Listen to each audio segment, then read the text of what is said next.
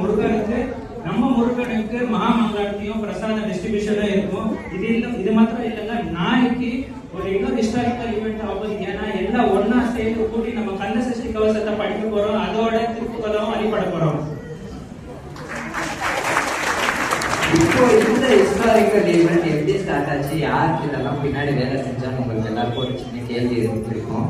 திருவண்ணாமலையில வந்து பாத்தீங்கன்னா கிரிவலம் போவாங்க. அதே மாதிரி திருவண்ணாமலையில கிரிவலம் போற மாதிரி நம்ம ஹலசூர் பெங்களூர்ல சோமேஸ்வர பௌர்ணமி பாத யாத்திரைன்னு சொல்லி சோமேஸ்வர கோவில வல்லவரகத்தை ஆரம்பிச்சு வச்ச நம்ம சிவபாலன் என்கிற அலசூர் சிவா அண்ட் அவரோட ஃப்ரெண்ட்ஸ் எல்லாருமே ஒன்னா சேர்ந்துதான் இந்த ஸ்கந்த சஷ்டி சங்கமம் என்ற ஒரு ஈவெண்ட்டை ஸ்டார்ட் பண்ணியிருக்காங்க. இப்போ நம்ம அலசூர் சிவா அவர்களை மேடை கலைக்கிறோம்.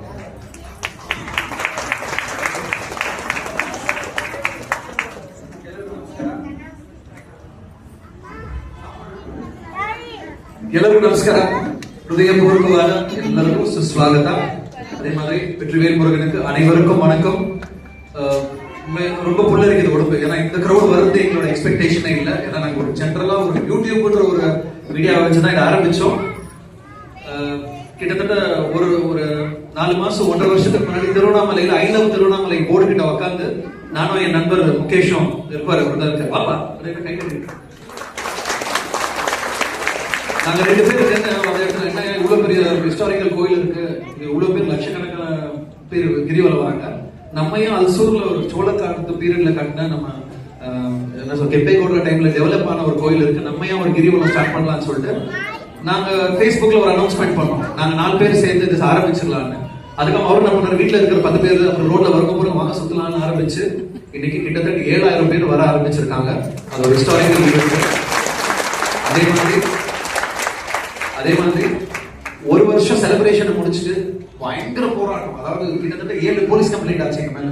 இது பண்றோம் அது பண்றோம் அத்தியம் மீறி பயங்கர போராட்டத்துக்கு அப்புறம் ஒரு சக்சஸ்ஃபுல் ஈவெண்ட் பண்ணி முடிச்சிட்ட பிறகு 2வது ஈவெண்ட் பண்ணலாம், இதுக்கே எனர்ஜி இல்ல, 2வதுல ஆகாதுன்னும் போது அப்புறம் நம்ம நண்பன் சாய் வந்தான். அவன் வந்து ஸ்கூல், நாங்க 2 பேரும் ஸ்கூல் ஃப்ரெண்ட்ஸ், ஸ்கூல் சாமி பக்திக்கு அவனுக்கு வந்து கிட்டத்தட்ட ஒரு 10 கிலோமீட்டர்.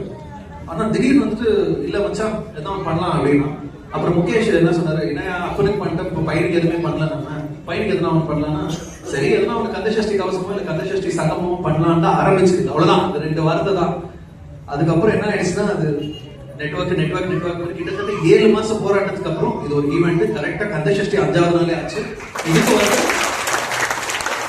இதுக்கு வந்து ஒரு பக்கபலம் நம்ம ஜெயஸ்கே தான். ஏன்னா அவர் வந்து ஒரு ஊக்கம் கொடுத்தாரு, ஐயா இது இந்தியா நிக்க போறதுல சோமேஸ்வரம் இதை விட பெருசாக போகுது, அடுத்த சித்ரா பௌர்ணமிக்குள்ள 10,000 50,000 பேர் கூட வருவாங்க, இவரை வச்சு நம்ம கந்தசஷ்டி தோக்கலான்னு நான் டவுட்ல தான் கால் பண்ணேன். ஒரு மெசேஜ்ல அவர் சிங்கப்பூர்ல இருந்தாரு, சிங்கப்பூர் மலேசியால இருந்தாரு, ரிப்ளை பண்ணி டிக்கெட்ஸ் போட்டு எங்களை எதுவுமே எதிர்பார்க்கல. ஒவ்வொன்றா சொல்லணும்னா அவரோட பெரிய மனசுக்கு எங்க குழு சார்பாக எல்லா சார்பிலையும் அதே மாதிரி எப்பவுமே எங்களுக்கு ஊர்வலா இருக்கிற எங்க மணிவண்ணன் ஆகட்டும், எங்க சொக்கலிங்கம் ஆகட்டும், எங்க பிஜேபி ரவி சார் ஆகட்டும், நம்ம ரகு ஆகட்டும், தம்பி எல்லாருமே ரொம்ப சப்போர்ட் பண்ணிருக்கு. சில நேம்களா இருக்கும், நான் லாஸ்ட்ல வந்து சொல்லிடுறேன், ஓகேவா? லாஸ்ட்ல நாங்க எல்லாமே கூப்பிட்டோம்.